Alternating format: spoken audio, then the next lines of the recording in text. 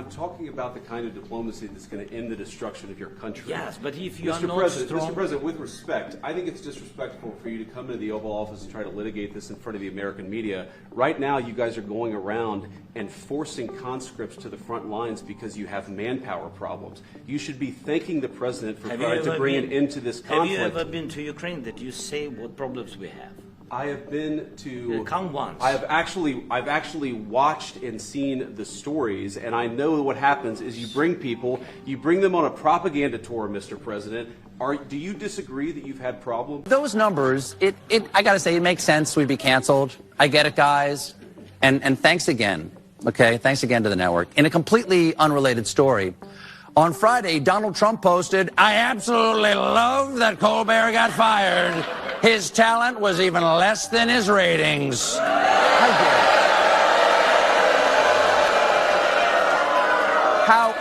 How dare you, sir? Would an untalented man be able to compose the following satirical... House flew the flags at half-staff, which got some criticism, but on a human level, you can see how hard the president is taking this. My condolences on the loss of your friend Charlie Kirk. May I ask, sir, personally, how are you holding up over the last day and a half, sir? I think very good. And by the way, right there, you see all the trucks? They've just started construction of the new ballroom.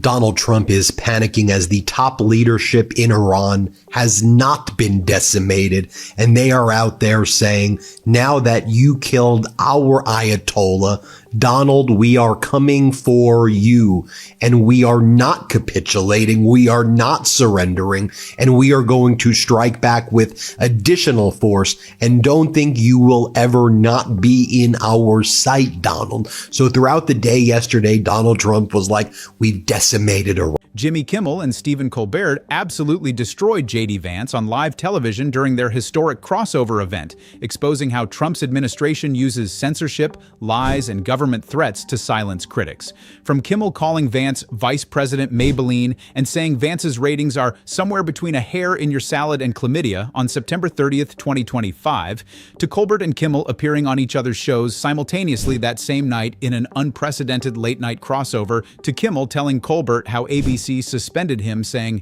Kimmel was back on the air last night, and to the extent that he's not back on the air, it's because he's not funny and has terrible ratings. This is not a federal government problem. This is...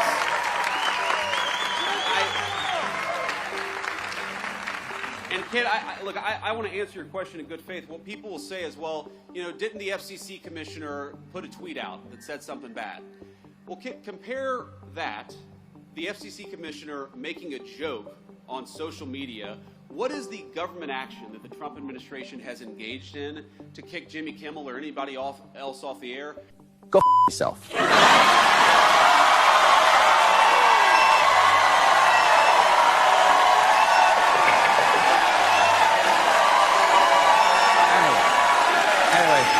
Anyway, thank you. Thank you very much.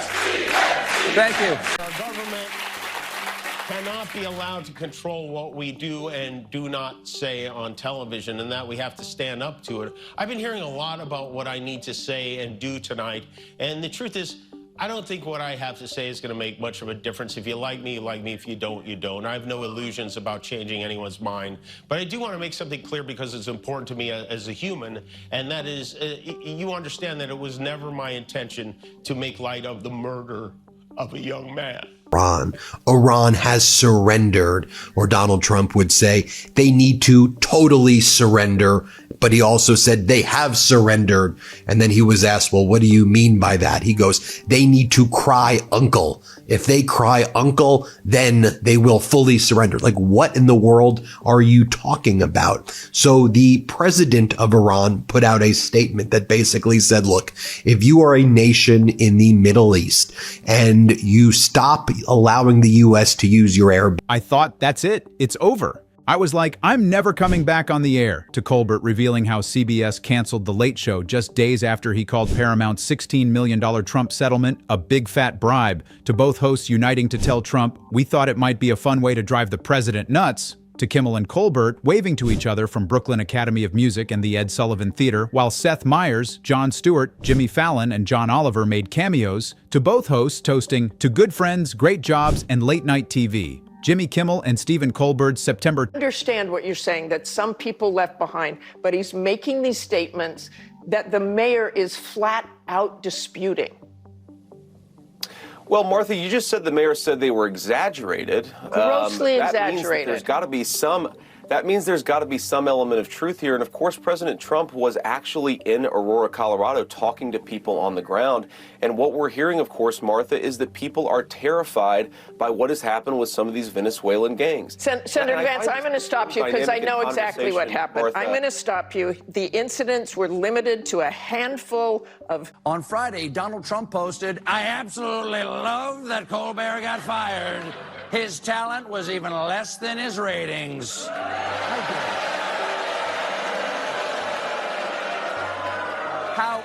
How dare you, sir? Would an untalented man be able to compose the following satirical witticism? Go f yourself.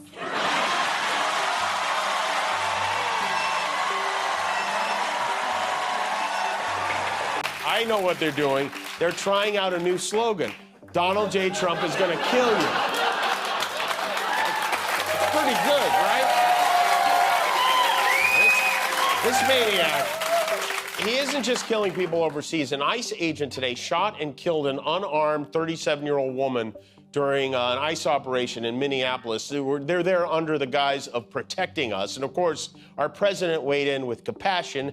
He wrote, "I've just viewed the clip of the event which took place in Minneapolis. It is a horrible thing to watch." Basis, we will stop attacking you with the Shahi drones and ballistic missiles. It is not our intention or our desire to strike around the Middle East. And then they also apologized to nations, which they were specifically seemed to be talking about Turkey and Azerbaijan, and saying, we apologize for striking you, but if you strike us or if you allow the U.S. To use your bases, we're going to come after you, basically. And then the president of Iran also said, and let's be clear, 2025 solidarity proved that when Trump attacks one late-night host, they all fight back together. We're breaking down how Kimmel and Colbert turned their individual battles into collective resistance. But first, if you want journalism that documents how late-night hosts unite against censorship, join our membership for just $9 a month, because showing solidarity is how we defeat authoritarianism. Now back to how Kimmel and Colbert destroyed Vance on live TV. Let's start with the unprecedented September 30th, 2025 crossover that shocked the entertainment world. This judge committed multiple elements of reversible error, and he did it while his daughter has made a ton of money off of Democratic candidates and while he himself donated to the Biden campaign. So let me repeat the question. You cannot say that this trial was anything more than politics masquerading as justice. And yes, I will help Donald Trump. I will help Donald Trump however I think that I can, Wolf, because if we allow this to happen, it's so much bigger and so much more troubling than Donald Trump. If we allow this standard that you can throw your political opponents in jail because they're doing better than you in an election, it will be the end of this country as we know. Thought of a surrender to the United States, to which Donald Trump's like, aha, they've surrendered. Okay, so in response to that, the foreign minister of Iran, who's been very vocal, he's also the individual who attended the mediation with Steve Witkoff and Jared Kushner. Can we also talk for a second that Steve Witkoff and Jared Kushner are the ones who are somehow involved in these high-level mediations that are resulting in these devastating wars that are destroying so much of the United States of America? Kimmel opened his Brooklyn show at the Howard Gilman Opera House at the Brooklyn Academy of Music with a bold announcement: we're doing something unprecedented tonight. Tonight, Stephen is a guest on our show. I will simultaneously be a guest on his show. We thought it might be a fun way to drive the president nuts. The audience erupted because everyone knew what this was about. Trump had attacked both of them. Trump celebrated Colbert's cancellation. Trump threatened Kimmel's suspension. And now Kimmel and Colbert were appearing on each other's shows at the exact same time. A middle finger to Trump wrapped in late-night comedy. The logistics alone were incredible. Bringing people into your military? We have problems. And do you think that it's respectful to come to the Oval Office of the United States of America and attack the administration that is trying to prevent the destruction of your country? A lot of questions. Let's start from the beginning. Sure. First of all, during the war, everybody has problems. Even you, but you have nice ocean and don't feel now, but you will feel it in the future. God bless. You don't know that. God bless. You don't God know bless. that. You will not have a war. Don't tell us what we're going to feel. We're trying to solve a problem. Don't tell us what we're going to feel. I'm not.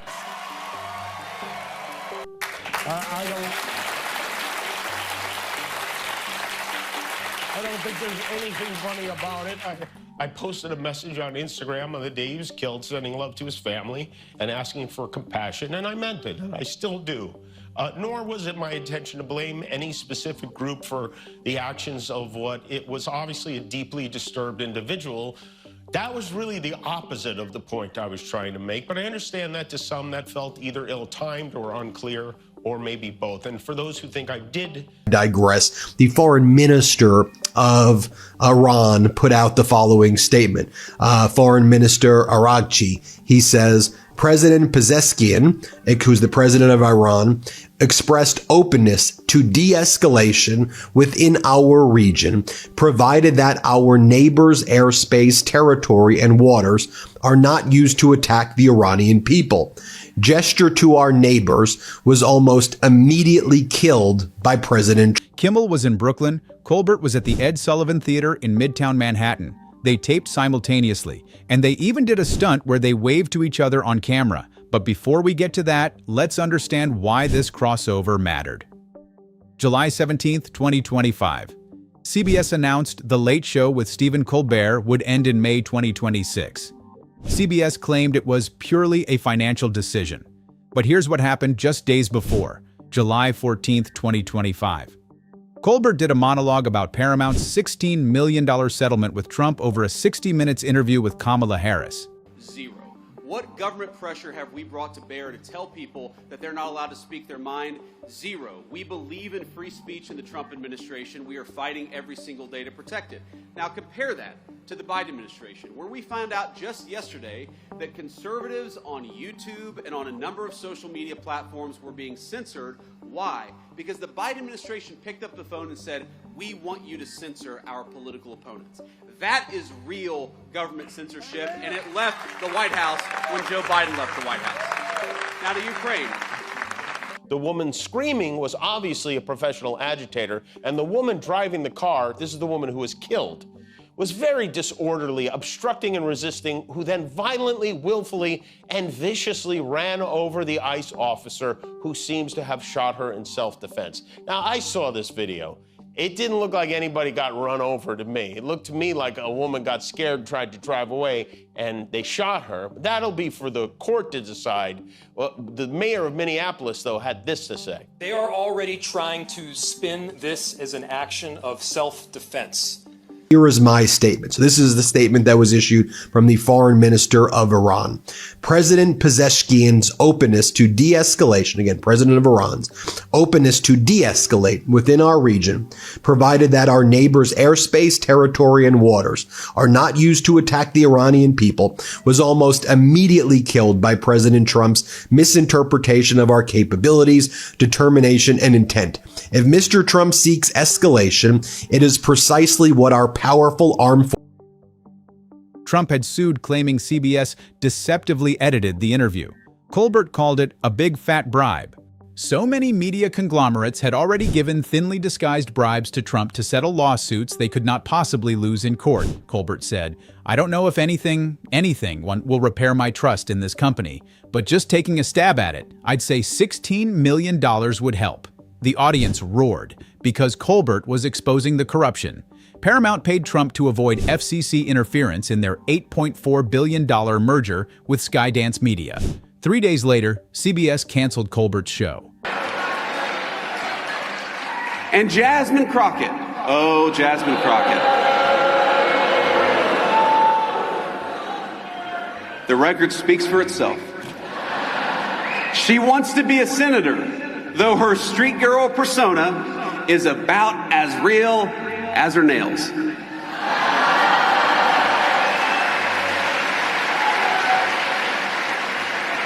But ask yourself, what do all of these people have in common? And the unfortunate answer is that the President of the United States has personally come after me and my show. And there's only one thing to say.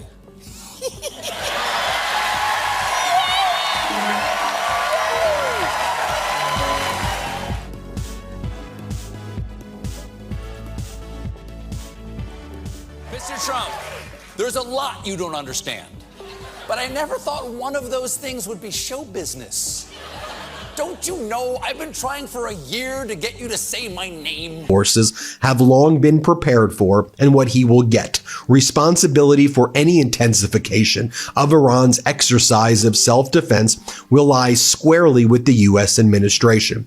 Mr. Trump's week-long misadventure has already cost the U.S. military $100 billion, in addition to the lives of young soldiers. When markets reopen, that cost will balloon and directly be transferred to ordinary Americans at pumping stations.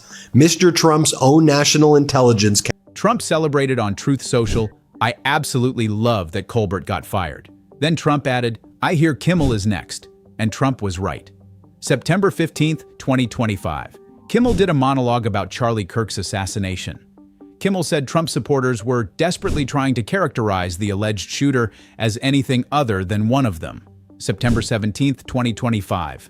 FCC Chairman Brendan Carr threatened ABC, "We could do this the easy way or the hard way." Hours later, ABC suspended Jimmy Kimmel Live indefinitely. Trump celebrated again. But here's what made the September 30th... I'm telling you, Because I'm you're in no answering position on to this dictate that. That's Remember exactly this. what I'm not You're in dictating. no position to dictate what we're going to feel.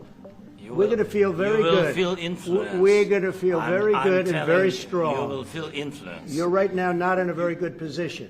You've allowed From the yourself very- to be in a from very the very bad position, beginning and he of the happens war. to be right about From it. the very beginning of the war. You're not Mr. in a Brown, good position. I You don't was have in the cards right now. With us, you start I'm having not playing cards. cards. But right now, you I'm don't. very Yeah, you're playing serious, cards. Mr. President. You're I'm playing very cards. serious. You're gambling I'm the with the president lives in of war. millions of people. You think- You're gambling with World War III. what do you You're think about? gambling with What do you World. Council representing input from the 18 intelligence agencies of the U.S. determined that war in Iran is destined to fail. I also warned Mr. Trump's envoys that war will not improve the bargaining position. Were these warnings conveyed, the American people voted to end involvement in costly quagmires in the Middle East. Instead, they ended up with an administration that Netanyahu, after decades of failed attempts, finally managed to dupe into fighting Israel's wars. This is a war crossover so powerful. Both Kimmel and Colbert refused to be silenced. Kimmel returned September 23rd with a massive 6.3 million viewers. Colbert continued broadcasting until his May 2026 finale. And on September 30th, they united. On Colbert's show, Kimmel recounted how he found out about his suspension. It was about 3 o'clock. We tape our show at 4:30. I'm in my office, typing away as I usually do. I get a phone call. It's ABC. They say they want to talk to me. This is unusual. Kimmel continued. I have like 5 people who work in my office with me. So the only private place to go is the bathroom.